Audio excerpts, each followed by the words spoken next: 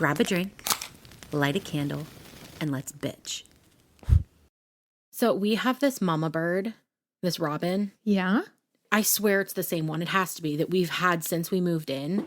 Okay. And every spring, she builds a nest on our front porch. I've tried everything. I've tried birdhouses. I've tried like the lifted fountains. I've tried putting something in the big giant flower bush that's next to our house.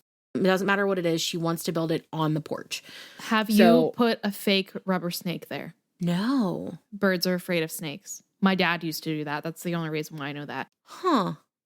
I didn't think of that. It's not that I don't want her putting a nest on the porch. I don't mind it because, like I said, she does it every spring. She has her babies, and then she moves on once they're good to get out of the nest. Mm-hmm. So then we just take what's left of the nest after she's done and we throw it.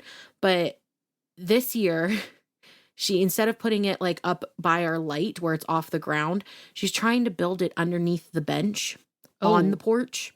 Bad spot. Well, I don't know if she like hurt her wing. Oh. Which is why she's like not flying up, because anytime I see her, she's not like flying. She's like bouncing through the grass. Yeah. So I told Mike the other day, I said, I don't know if she's hurt, but I'm thinking because she's never used it before, but if I get like a bigger box instead of the small birdhouse that I usually hang, if I get like a bigger box and I put it down there, maybe she'll use it. Maybe. You could try. Yeah. Because like I don't mind her doing it. She does it every year. I just don't think it's safe her putting it on the floor like that. Mm-hmm. She gets weary. She won't come super close, but if I'm out on the porch alone, she'll fly like right to like the ledge where I'm at, and she'll be really close. That's so But she'll only do it if I'm alone. So I told Mike, I was like, I feel like a Disney princess. He's like, yeah, till that thing flies at your face and bites you. I'm like, well, yeah, until then. No, I don't think that'll happen. You're way more scared of the bird's way more scared of you than you are the bird. They're not going to fly and attack you. You know? But I thought it was really cute because like last spring I was pregnant. This spring I'm pregnant. So I'm like, we're doing this together, girlfriend. Yeah, you are. Maybe she can feel that you're a mama too, and you want to protect your kids just like she wants to protect hers. The dogs definitely can. Molly, just whenever I was pregnant with our daughter, Molly would only like lay on my belly. She wouldn't lay next to me. She wouldn't lay at my feet. She wanted on my belly. This time she whines all day. She wants me to hold her all day. I'm like, Molly girl, I can't lift you, let alone hold you all day. Like I can't. Yeah. And Champa, he just follows me. Like he always followed me, but like he really like before he would just follow you from room to room. Now he like has to be touching me when he follows me. Which is fine unless you're hormonal and pregnant and hot and you don't want to be touched, and it gets annoying really sweet, quickly. But you also want your personal space. You're already overstimulated with almost 1-year-old and pregnant. Yep. Mama needs her mama time. How was your mama time last night? It was so nice. I can't. Aww. I cried. I cried for being happy. Like I sat in my bath with my bubbles. And I read part of my Kindle book that I'm on. And I was like, this is so nice. Aww. Like I needed this. But I do miss her. I already called grandma like 3 times today. Yeah. She's like, are you ever going to relax? I'm like, no. Is she at your mom's or Mike's mom's? Mike's mom. She'll be at my mom's tomorrow. We're doing errands tomorrow and running around. Mm-hmm. So I called my mom and I was like, you didn't really get to have her this week at all because my mom had to work overnights. Aww. So I was like, you really didn't get to see the baby this week. Do you want her on Sunday for a couple hours while we run around and do some errands? She's like, yes, I do. So she'll get her tomorrow. She's very excited. They're here. They just showed up. Good luck. I had to deal with them here. Ladies and gentlemen, if you don't know, our husbands are best friends, which means the friend group always is either at my house or at her house. Yep. And today they are at both. So the last episode we filmed, which it's probably not going in order, but they started off here to try and tow an old truck up there so that way they can work on it in the bigger garage. So this episode, they'll be at your house. Which, it's a good thing, though, because I'm making bread, and my parents got me a glass bowl for my KitchenAid for Christmas, and I love it. It's so nice. However, I didn't know that it needed to be dry when you put it back on there. So I washed it. I put it back on there. I put it in the cupboard. I went to bring it out today to put my stuff to mix the bread dough up. and I can't get the bowl off. So the guys are going to have to get it off for me. I don't want to break it, but I was trying to hold the mixer myself and get it to move. And I got it to move a little bit. And then I was like, I can't get it anymore. And I'm like, what a shame. All the guys are going to be here today. I guess one of them's going to have to come in and get the bowl off of my mixer. It'll probably be Evan. He's the sweetest of them all. Yeah, he would help. I got out of the car when I first got here after I went and got groceries. Evan literally walked over faster than anybody and was like, do you need help getting out of the car? Do you need help getting the groceries? I'm like, you are going to make some woman very happy one day. Exactly. Meanwhile, here comes my husband. Did you get enough to drink? Yeah, babe. I got the juice and I got the milk. You're fine. I promise. Hello. Hey, I have a problem. I can't get the bowl off the KitchenAid mixer. I need you guys to get it. It's so stuck on there. I can't get it off. Can you do that? Hi. I saw you through the window. I was like, we were just talking because you weren't here and we thought that you would be here by now. Is that yours or mine? Mine. Is mine there? Is Mike here? No, he's not here yet. Okay, good. I have a chore for him when he gets there. Okay. Hi, Smokey. Okay. Will you take him with you? Thank you. I'll be in here if you need me. Sorry. What were we talking about? I was putting the dog out whenever we took our break. Uh-huh. And he broke his chain again. Oh, Shocker. no. He's broken everything. I've tried everything with him. We got cattle hooks. We got like horse leads. We got like things that he should not as a dog be able to break. And he breaks every single one. So the other day, Mike's like, I have it's just like a bolt with screws on it. And he's like, we can screw it shut to where like we put it on him and it's not coming off. Mm-hmm. I'm like, okay, great. We need to get a new one, which is part of our to-do list tomorrow. But I put it on him and I don't know if it's like the heat or the dirt or what's going on, but I could not get it off. So when I was outside just now, I was like, all right. So I just took the whole collar off. I'm like, collar's off, get in the house. That works. So I'm like, Mike's going to have to fix that when he gets home. Yeah. Well, hi guys. Welcome. Happy Saturday morning.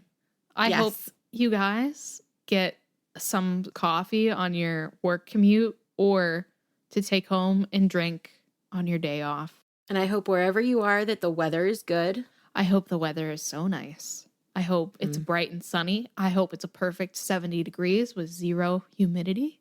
Or if you're into a good thunderstorm, I hope it's thunderstorming there. I love a good thunderstorm. I love thunderstorms. Oh, they're so nice. I love to read outside. We have a covered porch. I love to take a book out in a blanket and read. Especially summer, like summer thunderstorms. Oh, they're so nice. Thank you. Did it break? Is it fine? Okay. Will you just put it in the sink? Thank you. You're the best. He got it off. Nice. I love a good summer thunderstorm. Yes. It's so funny. He doesn't make fun of me. He actually encourages it.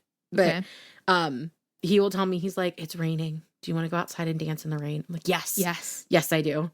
Guys, on my wedding day, it poured down rain. While we were getting ready, pouring rain. Photos, no rain. Photos were absolutely beautiful. After the ceremony, while people were outside mingling, everything, perfect weather. It was hot. It was actually real hot. It was very hot. Reception started. Dinner was over. Pouring down rain. People were going to leave. Rained enough that it flooded. Yeah. Like when we were leaving the road that we went on, there was a giant, like someone actually wrecked there. Like the water going across the road was so much, which is terrible. Thankfully, it was not us. I don't know who it was. And I think they were okay, but their car was, pretty messed up. Not someone from our wedding, but if it rains on your wedding day, go out and dance in the rain because yes, best memory ever. Like it was the greatest memory. 2, those are my favorite photos from your wedding. The photos we had are so much fun fantastic. dancing in the rain. Mm-hmm. I'm making an album. Did I tell you this? You did, but you didn't tell me details. All you said was that you're making an album. I went on to like one of the bridal Facebook groups and I was like, hey, I didn't want to buy one through my photographer because it was going to be really expensive, but I do want one. What are some sites that you recommend? Because normally I get all my stuff like from Walgreens and I didn't like any of their options. Like I wanted wedding photo album quality. Not that their stuff isn't nice, but I wanted it to be like a book and not just like real thin. Like a coffee table book. Yes. So they like sent me this website. I don't remember what it's called or I would tell you, but I've been making one, and I was putting like one picture per page, but it's like, it gets expensive once you add so many pages in it. You can go up to 100 pages. So I'm going back. I'm probably like, I made it up to the ceremony portion. So I have like all the photos that we took before, all the getting ready photos in the beginning, and I'm doing everything like in chronological order. So I have up to the ceremony, and I have some family photos in there. But I want to go through and start putting, I figured out how to put more than like 1 or 2 photos on and still make it look nice. So that's what I'm trying to do. So I haven't got to the Dancing in the Rain was at the end of the night. So my dress was destroyed. It went from being a light 2-pound dress to like 30 pounds in the matter of a minute. I didn't know, just because it was such a big and busy day. I didn't know if you guys were going to join, like if you were okay to like get your dress wet. Cause some brides, you treasure your dress. You don't want to get it wet. You don't want to get it dirty. My dress, I got married in October, but we got photos in this big giant field. And unfortunately, like my dress, there was a lot of tulle with my dress and lace, and there was just mud.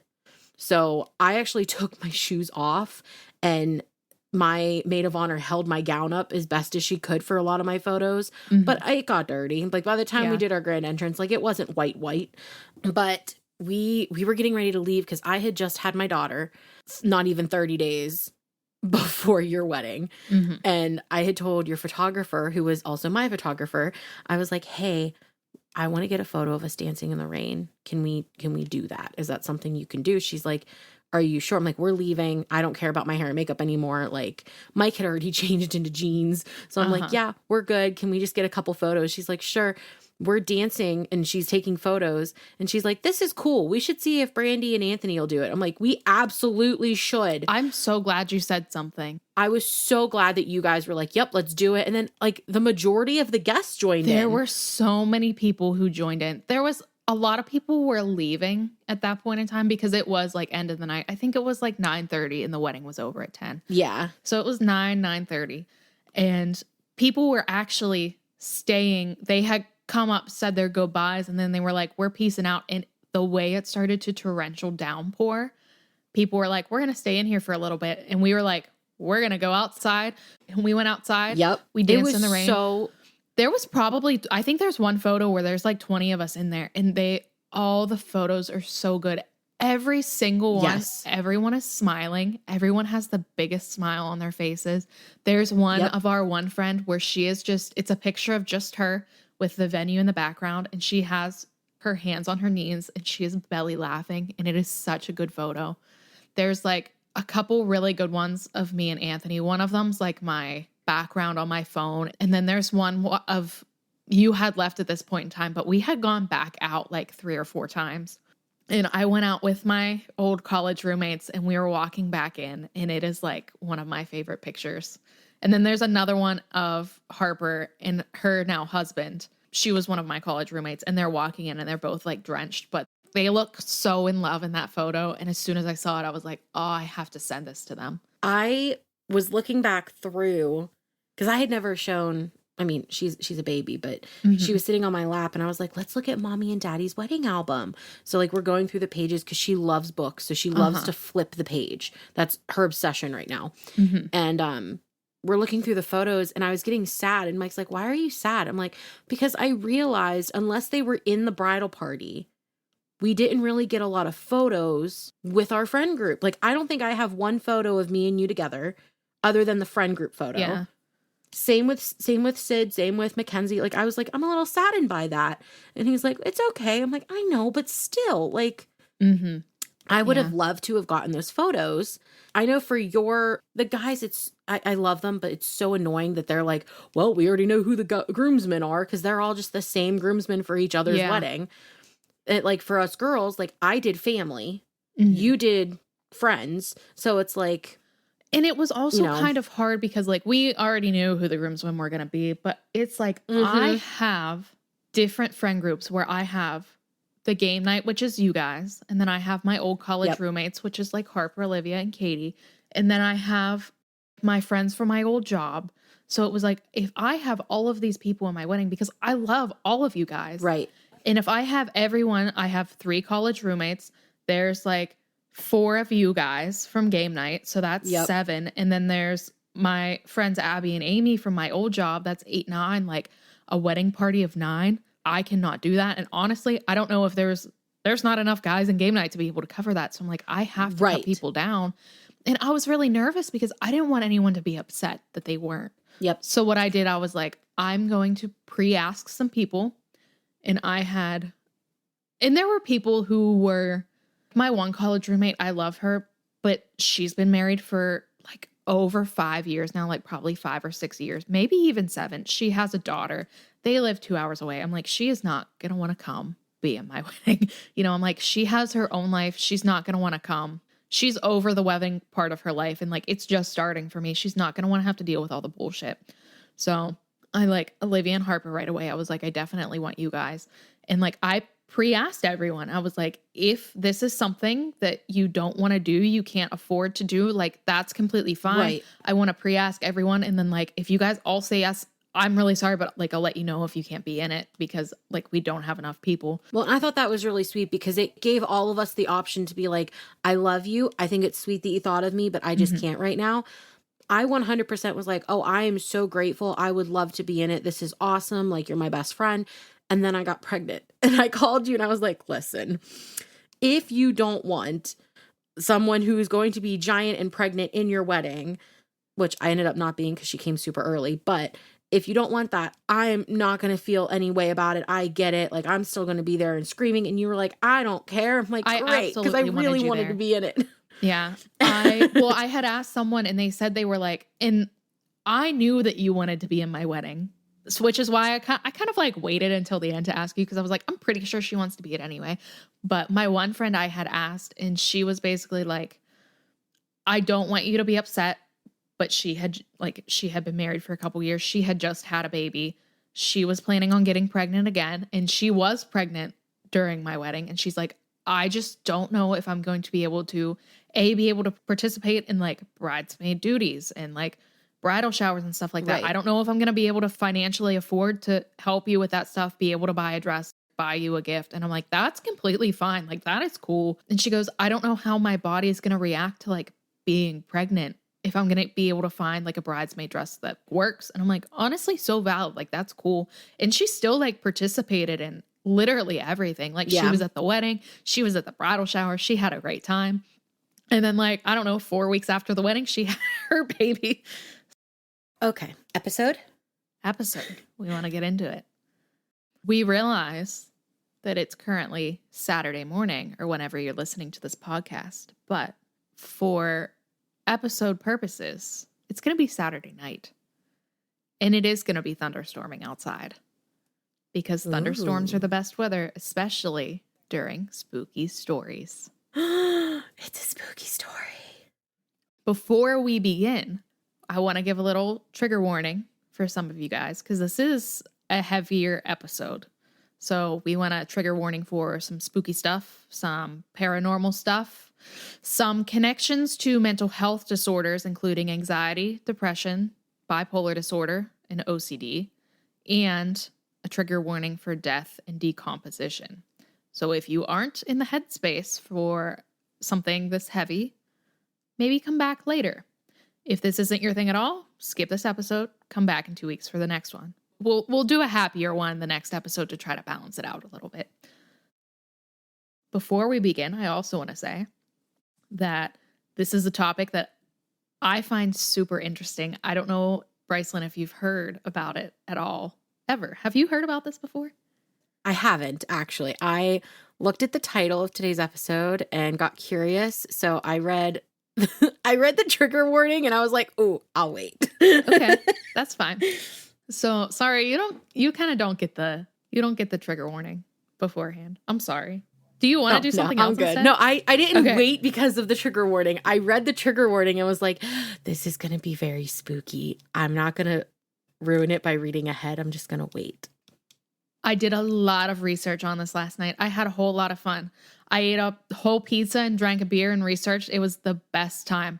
I did get spooked out by the end of the night. And drunk research is the best research.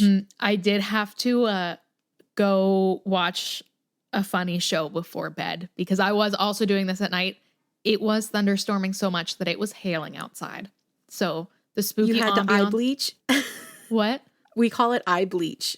Eye bleach? Yeah, like if Mike and I watch something or read something or hear something like super scary and it's like close to bedtime, we have to put something ridiculous on that's like funny or just completely polar opposite as like eye bleach, because otherwise we won't sleep. Yes, that is actually exactly what I had to do, because I was cool with most of the research, but we will get in at the end. There's a video, and I went and watched the video. Video freaked me the fuck out. I was like, I'm done. Ooh. I gotta end. There are many sources. They will be linked in the show notes below. I am not linking the video because there's a lot of them. But if you want to go to YouTube, look this up, you can find the video and watch it for yourself, but I'm not going to link it. Okay. Our topic today is called the Korean elevator game. So if you aren't familiar with this, it is an urban legend and the origin of it is unknown, but most people think it was, created in Japan or South Korea around like 2008 to 2010, and it started to become more popular in 2013 as it spread throughout the internet. This is an urban legend. However, don't go and try it. And if you do try it and it all goes wrong, that's on you, not on us. If you decide to do this and end up paying for it, that's your fault. Do not hold us here at the Bitching Babes podcast responsible. Yeah, this is seriously one of those, like, if you are, as a listener, or listening to this and you're going, like I do when I watch a scary movie and you're telling that crazy, blonde bimbo with the big tits not to run into the closet in the dark, and she does it anyway. Like, you can't blame yourself. You blame her for doing it. She didn't listen. So listen when Auntie Brandy and Auntie Bricelyn tell you, if you not to try this, and if you do, it's not our fault, whatever happens. Don't hold us responsible. Before you go try the Korean elevator game, before I tell you a little bit more about it, I do want you to go and hit follow, subscribe, like, and at the end, I want you to leave a comment on how you like this episode. Was it too spooky? Ooh. Was it just the right amount of spooky? And leave a comment on what urban legend we should look at next. Yes. I'm really loving these spooky ones. I think they're so much fun. Me too. And I feel kind of bad because it's springtime. It's not even spooky season. It's springtime for us, but it's not springtime for them. It's like summertime for them. Yeah, true. But it's not spooky season. But I wanted to talk to you. Would you be opposed to doing 4 episodes in October instead of 2, so we could do 2 extra spooky ones? I would love that. Okay. I wanted to make sure. Because I have quite a bit of topics I'd love to do in spooky season. Okay. Yeah. That sounds great. All right. So maybe October will be a little extra fun for you guys. The only thing I'm going to say beforehand is be careful and only play if you dare, because playing the game successfully can take you into a different world. One that you might never find your way back from. Cue the scary, spooky music here. Dun-dun-dun-dun. So there are some considerations. Also, I'm reading this and I can tell I was drunk last night. Are you reading along? It's very organized for you being drunk, though. I know, but there was a word up here where I was like, that's not the word I was supposed to say there. I was like, I spelled it so wrong. Some considerations before playing the elevator game. Number 1. Be sure you want to do this. You must be alone. Although a specific time of day isn't necessary, nighttime is preferred due to less possible elevator traffic. Keep track of where you are at all times and memorize each step. Write them down in case you lose your spot. Be sure not to use your phone to do this because electronics will stop working in the other world. You must speak to no one. Oh my God, your face right now. You look terrified. All right. Back to serious. You must speak to no one. I'm so excited, but as you're reading it, I'm like, yeah, we're going to try this. I'm like, wait, we're not going to try this. We're not going to try this. We're not going to try this. So I know of this from my best friend, Abby. She told me about it like when this became popular in 2013. She probably told me about it in like 2016, 2017. I read about it and I was like, I thought the same thing. I'm totally going to try this. By the time I got to the end, I was like, I am never trying that. And I'm terrified. I won't be doing it, but I do think it's really fun. Keep track of where you are at all times. Memorize each step and write them down in case you lose your spot. Be sure not to use your phone to do this because electronics will stop working in the other world. You must speak to no one. Some say you may pass out from playing the game, but if you do, you will wake up in your own home with no idea about how you got there. But be careful, it might not actually be your home at all. And if this happens, best of luck. That's so scary. Okay, all right. You've been warned. All of you have been warned. There are some basic rules for playing the game. Number 1, the game must be played alone. You don't get a friend or a partner on this journey. You must do it alone. That right there. That is sus. That right there is sus. Yep. That right there should just tell every single person, don't even try this. Number 2, this game can only be played in a building of at least 10 stories high, and the elevator must be able to reach the 10 floors consecutively. This means you can't leave to go to a different elevator to go higher, and ground floors and basements do not count.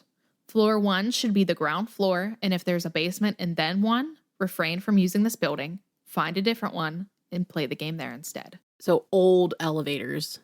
Well, not necessarily. Like older buildings. I think like when I think of this, I think like hotel lobby where one is always the lobby floor and then you go up. That's what I think of. You just can't have, you want one to be the first level. You can't have basement or ground floor underneath it. You know, you can't have like 2 sub levels before floor level 1. Like it has to be numbered 1 on the first level. And then it can, as long as it goes higher than 10 to 10 or higher, 10 can be the top floor or it can go higher than that. Gotcha. But 1 has to be the bottom floor. Number 3, you cannot speak to anyone. Number 4, during the game, if you are joined by anyone, you must stop the game immediately and leave the building. There is only one exception to this rule, and it'll be covered later. Number 5, if you feel uncomfortable during the game, you must stop. You must leave the building without speaking to anyone, and you must make this decision to do it before arriving at the 10th floor. If you don't, it could be too late. You must be very sure of where you are at all times. So you should feel comfortable before playing the game? Yeah. I would go into this being like nervous. Well, yeah, because we're researching it. I think that's the thing is like you can't play it because you get... I found this really interesting at first, and then you read on and you're like, oh, I am actually freaked. Like, I'm scared. Okay. So, but yeah, you're supposed to be, if you feel uncomfortable, you must stop, you must leave, you can't speak to anyone, and you have to make the decision before you arrive at the final level. And number 6, you must be very sure of where you are at all times, because if you mess up, could mean life or death. This is giving like, right now so far, this is giving like Disney's Tower of Terror vibes. I've never been there, so I don't know. Have you watched the movie? No, there's a movie? It's like one of my favorite movies. No, I've never seen it. I'll look it up though. I didn't know there was a movie. I thought it was just a ride. It's a ride, isn't it? It is, but the movie's based off of the ride. I didn't know that. So here it's really funny because the ride itself, Tower of Terror, is different in all different parks. Oh. So like California Disney is a different version versus, you know, Tokyo Disney versus Florida Disney. Like that ride itself is different versions, but the movie is based off of the premise of the original, except for the fact that the one in Disney Florida has more of like it's called the Twilight Tower of Terror. Ooh. It's more Twilight Zone style, but the movie itself, the Disney movie I like that style more. I like that version more. And I kind of hope that when they redo it, that they fix that. Okay, that's cool. But it's a really good movie. You should watch it. I will watch it. Are you ready to play the game? Let's play the game. Number 1, choose your desired building. Remember, there must be at least 10 floors. Press the up button to bring the elevator to you, and never press the down button. The elevator must be empty when you get on, and if there's someone in the elevator already, let the doors close and wait for the next one. The same rule applies if someone is waiting in the lobby. Never get onto the elevator with anyone, not someone you know, and not even a stranger. Once you are alone in the elevator, go to the 4th floor. Do not get off and stay on the elevator. Press the button to go down to the 2nd floor. Do not get off, stay in the elevator, and press the button to go to the 6th floor. Do not get off the 6th floor and press the button for the 2nd floor. Stay on the elevator on the 2nd floor and press the button for the 10th floor. Don't get off yet. Stay in the elevator and go down to the 5th floor. Now on the 5th floor, when your elevator arrives, a woman may or may not get on the elevator with you. If no one does, the game is still on and continue to the following steps. However, if the woman does get on with you, you must not look at her, you must not speak to her, and under no circumstances should you make eye contact with her. She is not human. She may seem to be someone that you have never seen before, or she may pose as someone close to you. Regardless, she isn't who she says she is. Ooh. That's kind of hard because if she appears to be someone you do know, like someone you are close with, they're going to look at you like you're crazy when you don't look at them or talk to them. I've heard stories that, this isn't in any of the information I was looking up last night, but when I looked at it prior, she would show up as your mom or like a girlfriend, but she's not who she says she is and she's not human. So you must not look at her. You don't look at her. You don't talk to her. Is she like an alien or like a demon? Like a demon. She's like, yeah, Ooh. She's like a evil. I don't want to say demon because I think that means our world, but she is something of a different world. She doesn't belong here. Oh, okay.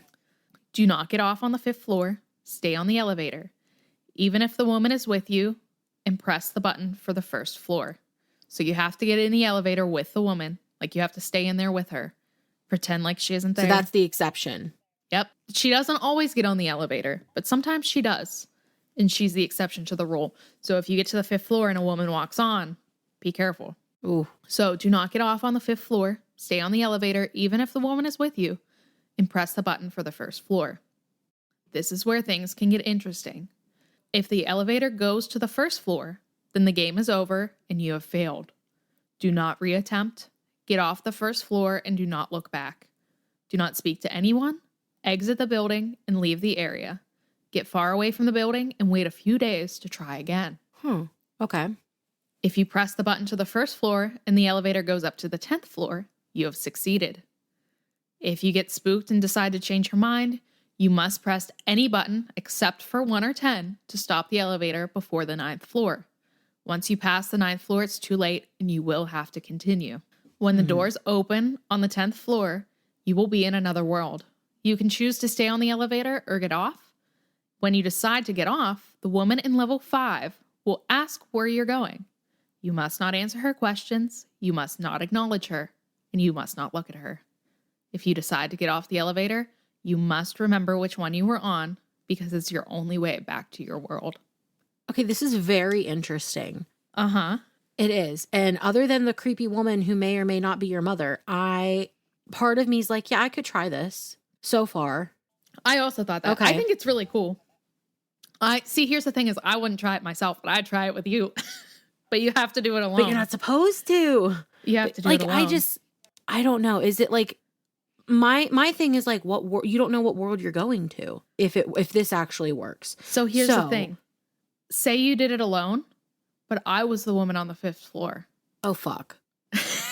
Would you talk to me? Would you look at me? That's the thing though. Like, I mean, I feel like I would either accidentally or like subconsciously or unconsciously like take a look, but I don't think I'd like stare you in the eyes. You definitely can't make eye contact. No.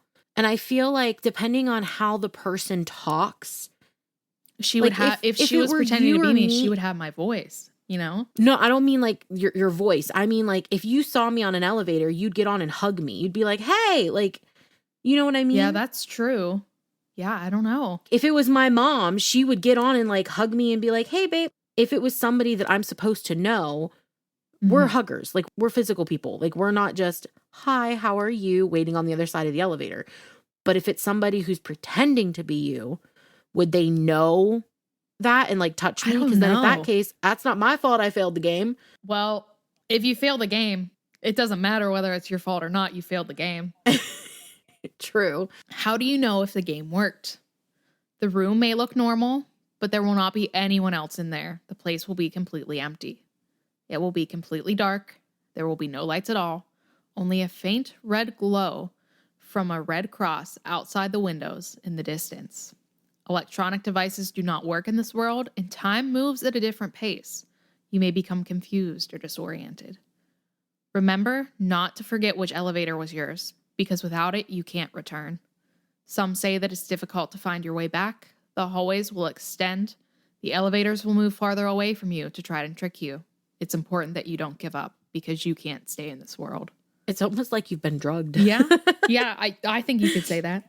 I mean, going from the logical scientific side of it is like, okay, going from this floor to that floor, this floor to that floor, like you could become a little disoriented if it's the first time you've ever been there, but not enough that you're like, the walls are moving.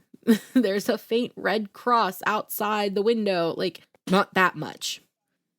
So how do you return? If you didn't get off the elevator, okay, I would like to say when I read it this time and researched it and I read it the last time, it told me different things.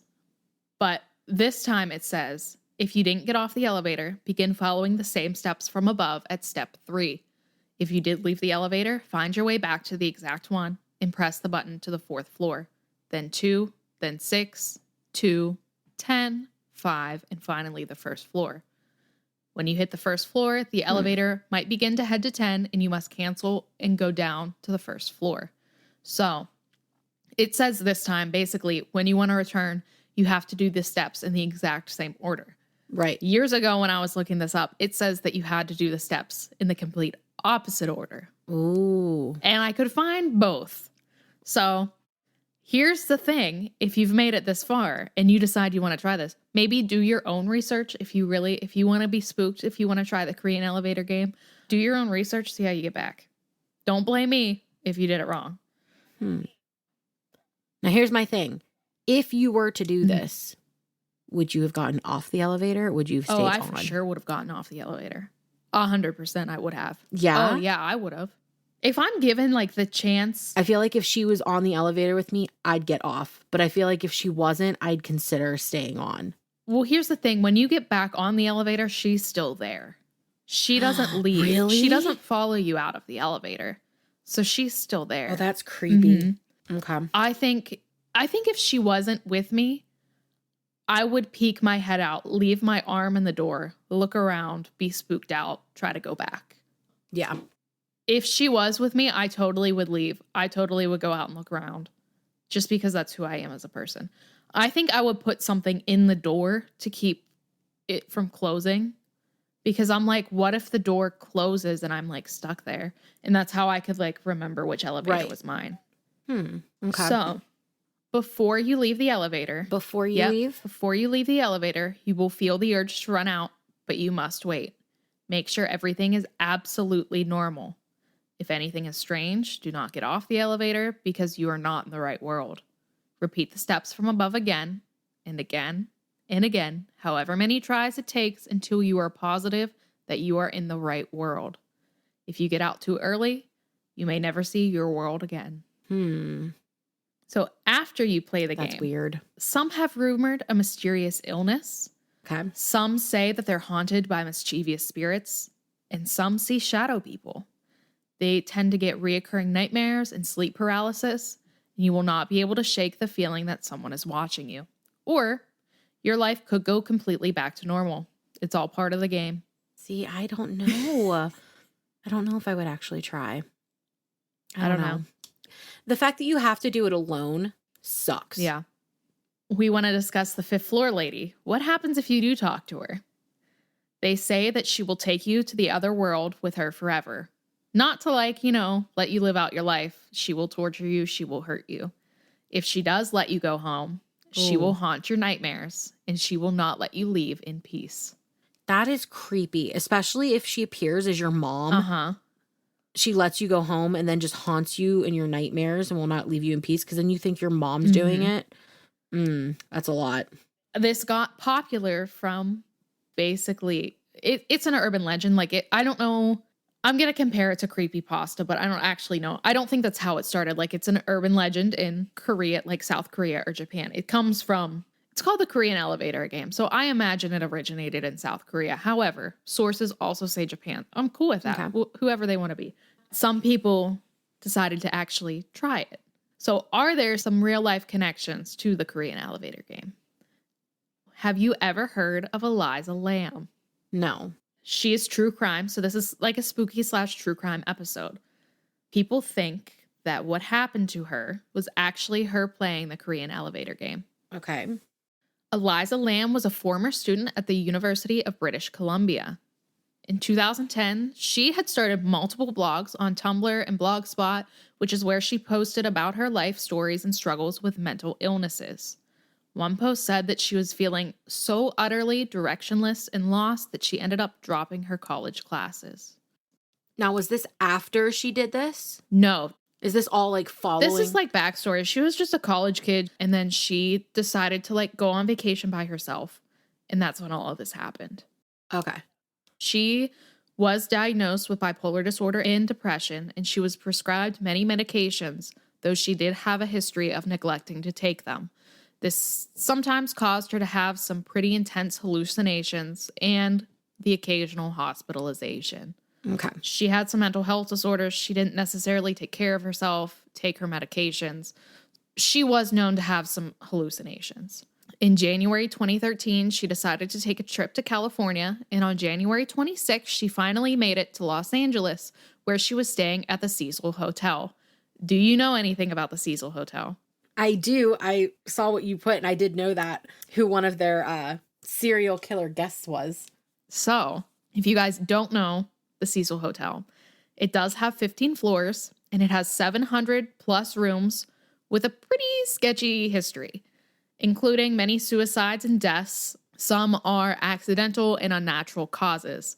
And not to get off topic, but one person who stayed there was the serial killer Richard Ramirez. And he was convicted of 13 murders in the building while he lived there, though it said that he did actually murder 14, but was only convicted of 13. So I want to give a number 14 deserves a chance. I think she also deserves, I don't know that it's a she, but they deserve to be recognized. Another famous serial killer who stayed there, who I don't know who this person is Jack Utterweger. I don't know this name either. He's from Austria, and he killed at least 3 prostitutes while a resident there. The Cecil Hotel, if you decide to look it up, real spooky. It is a good story. If you want to do some research, the links are in the show notes below. So, she was staying at the Cecil. Also, if I went to California, that is not where I would be staying. I'm just saying that right now. Mm-mm. Like, that's not where I would choose to stay. Well, and like, it's 2013. Mm-hmm. This day and age, why aren't you looking that shit up? And then after looking that shit up, knowing you have a history with bipolar and depression, you're still choosing to stay there? Maybe she went to California specifically to stay there. Maybe she went for the thrill of it, you know? Maybe. I think it's a bad idea. I love a good spooky story. I would stay, I would think I would stay in a haunted hotel if given the chance, in like knowing for one night, not for a long period of time, just to like see what it's like. The Cecil Hotel would not be one of the places that I would choose to stay. Right. So guys, we took a little break, but we're back. Yes. See, I wouldn't choose to stay there. I mean, I get the reasoning. Like, if you're someone who's going and you're like, I'm a ghost hunter, or I want to stay in the scariest places, then yes. But if she's literally just someone traveling, I would not be like, that looks like a comfy place to stay. Which I wonder, because she had a blog, maybe that was, I don't know. I think her blog stories were about her mental health struggles. I feel like this would be a bad thing for mental health. Maybe she was like maybe she was really interested in some spooky things at that time. So she was trying to go and like, I don't know, do her own research. I don't know. It wouldn't be a place that I would go stay. I'm not very adventurous though. She's given off a lot of like Alice in Wonderland and the rabbit hole vibes. Yes. While she was staying at the Cecil Hotel, she had roommates, but her roommates had complained that she had some odd behaviors, and that got her sent to a room of her own. So they basically called up, like, I don't know, the front desk, or if there was like some sort of concierge, and they were like, hey, we can't stay with this girl anymore. She's being real weird. We feel unsafe. And then she got a room of her own. On January 31st, 2013, she was to check out and head to Santa Cruz, but her family couldn't get a hold of her. And that was strange. She was in contact with them every day. In an interview with her mom after her disappearance, her mom said, like, we have been talking to her every day and we can't get a hold of her. She won't answer the phone. Something's wrong. Yeah. So they contacted the Los Angeles Police Department. Police came. They searched the hotel as much as they were legally allowed to. and even had dogs go sniff inside and on the roof, but they didn't find anything. The dogs couldn't find anything. Police couldn't find anything. Nothing happened. So on February 6th, 1 week after her disappearance, police turned to the public for help through flyers in the media. So they basically put things on in the news and in newspapers. Yeah. They put flyers up like, hey, have you seen this person? Do you know anything about her? And on February 13th, the police released a video of the last time Lamb was seen. This is the video I was talking about earlier. Okay. It was from a security camera of her alone for 2.5 minutes in an elevator. And then this is a quote. She appears to press every button on the elevator panel, peers into the hallway, leaves the elevator at one point while the doors remain open. And when they fail to close after she returns, she leaves and the doors close later. So like it wouldn't let her off that floor. She left the elevator. Like you can see her standing outside. The doors never closed. Oh. And I think she was far enough away that it was not like she was standing where the doors closed, that there's a sensor that it stopped. Like she wasn't standing in there, but the doors stayed open like almost the whole time. I did watch this. It was freaky. And at one point she does this thing with her fingers and it was unsettling. It almost looked like she was popping them each like out of place. It was creepy. It was weird. I'm not going to link it, but if you want to watch it, you can search for it on YouTube. That you can do that, but I'm not going to link it below. There are multiple theories from online of people who watched the video. Some thought that she was pressing the buttons and acting strange because she was being chased and trying to get away from someone following her. Which, what if she was being chased by the lady in the elevator? Right. Someone else had said drugs, because why else would someone act like that? Another theory said she was having a psychotic episode, which does tie into her having multiple mental health disorders and not taking her medication. Also speculation that the video was tampered with and up to a minute was removed before it was being shown to the public. Oh. So there could have been some time removed from the video. We don't know. In the next coming weeks, hotel guests started to complain about the water. They had low water pressure. There was a funny taste and a weird smell. And sometimes the water looked like it had like a gray or black color to it. On February 19th, 2013, one of the building's maintenance workers found Eliza Lamb's body in one of the 4,000-gallon water tanks on the roof of the building. It was specifically the water tank used for the kitchen, the showers, and the sinks in the hotel rooms. So on February 21st, the coroner's office ruled her death as an accidental drowning with bipolar disorder as a significant factor. The report stated that she was naked, but clothes similar to the ones in the video were found in the tank covered in a sand-like substance. Her watch and room key were also in the tank with her. There's no evidence of physical or sexual trauma or suicide. Tox reports showed prescriptions in her system that were all prescribed to her and a couple over-the-counter drugs, though they said it did seem as though she was under-medicating. No recreational drugs were found in her system, and less than 0.02% of alcohol was in her system, which is basically her using mouthwash after she brushed her teeth. She wasn't drunk. She didn't have any weird drugs in her system, so no one really knows what happened. I mean, did guests have access to the roof? No. The doors to the roof are locked, and only the staff have keys. If she went alone, it would have triggered an alarm. I don't know if maybe it's one of those doors like they open from the inside, but they're locked from the outside. But if she opened the door, the alarm would have went off and no alarms were triggered. Well, you had said that like the cops and the dogs went up to the roof and the dogs didn't smell anything. Dogs definitely would have smelled if there was a body up there. That's what I think. Either she wasn't there yet or the poor doggy needs to retire. I don't know anything about cadaver dogs. I feel like they can still sniff in water. They find people in rivers, don't they? Yes, they do. In ponds. So they should be able to find her in a water tank. I don't know. That's just my speculation. So the lid to 2 of the water tanks were open, but you needed to climb tall ladders to get to the tanks, and especially inside. So if she was there and the roof was searched with dogs, why didn't they find her? One of her blogs were updated after she died, and her phone was never found.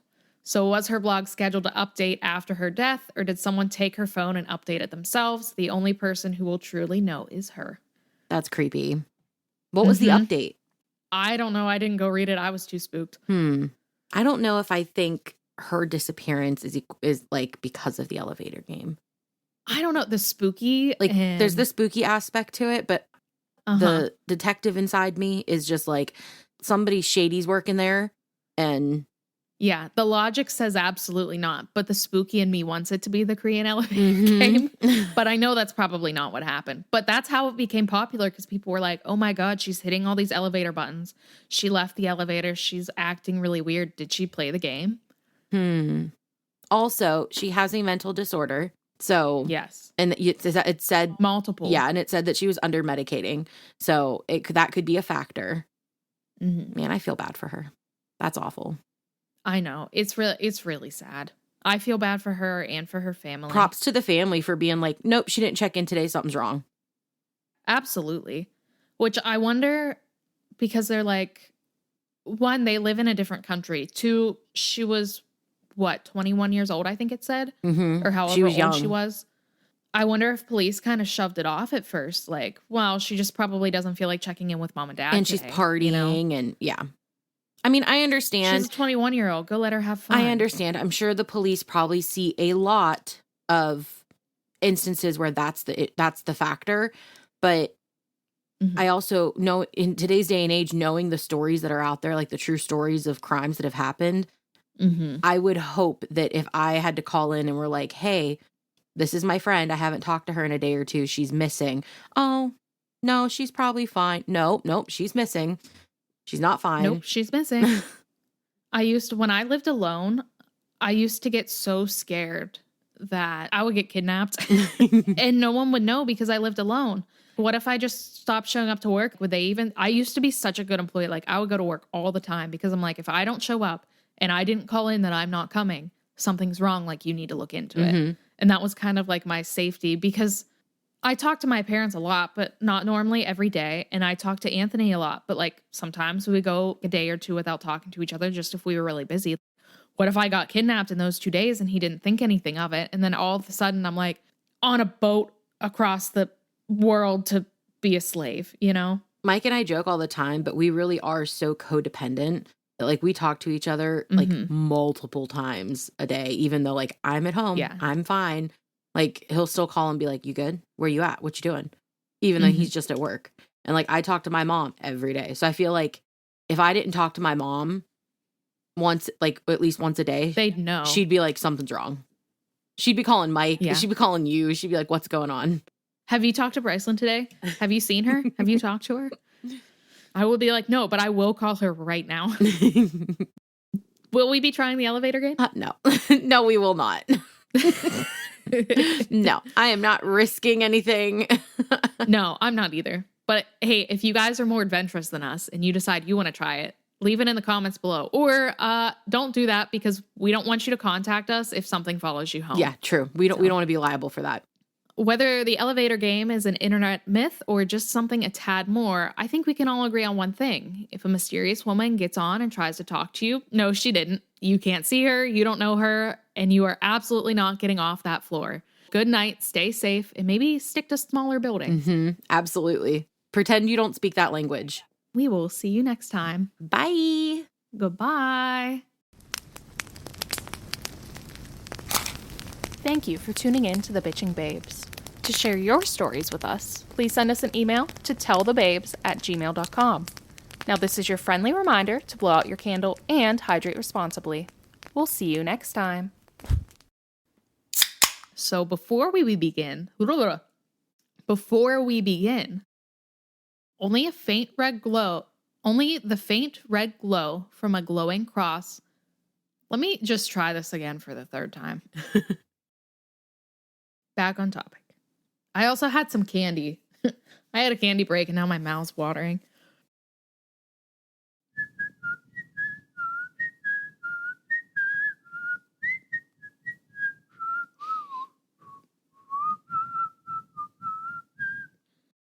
By the way, he is moving so much.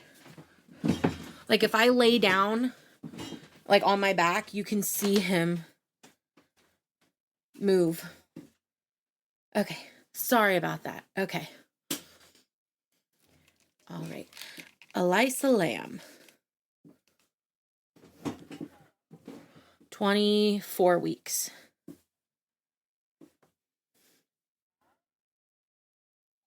6 months. Hmm. I had her at 34. So my goal is to make it to 35, because at 35 I can stay at our hospital. If I go any earlier than that, I have to go all the way to the big hospital. True, true. But like 36, they're considering full term now. So like 36, we wouldn't have to stay anywhere. So I'm just I got to make it to 35. If I do 34, then I'm risking having him on her birthday party. So 35 is the goal. I know. I know. Well, I already told Mike, he was like, "Are you going to have visitors at the hospital no matter what?" And I said, "Yeah, Brandy's coming." He's like, "Okay." I was like, "Brandy's coming." I said, I can't sit there by myself forever." So I will let you know. So good night, stay safe. Ooh, good night, stay safe, and maybe stick to smaller buildings.